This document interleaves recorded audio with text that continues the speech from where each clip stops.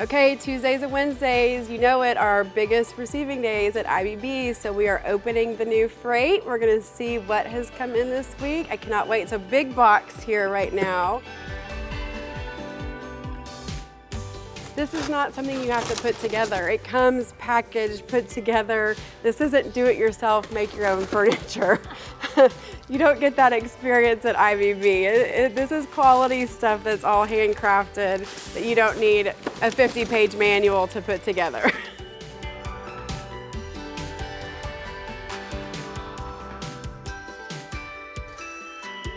This is one of those things that would make a great statement in an entry or even back behind a sofa. Beautiful. So we have like a platinum finish with sort of a lighter taupe wood. And then see how they accented with the darker stain in there? I mean, it really is like a work of art. Really beautiful piece. Okay, that was a good one. Lots of good places to use it. Come see what else is new. Andy's busy unboxing over here.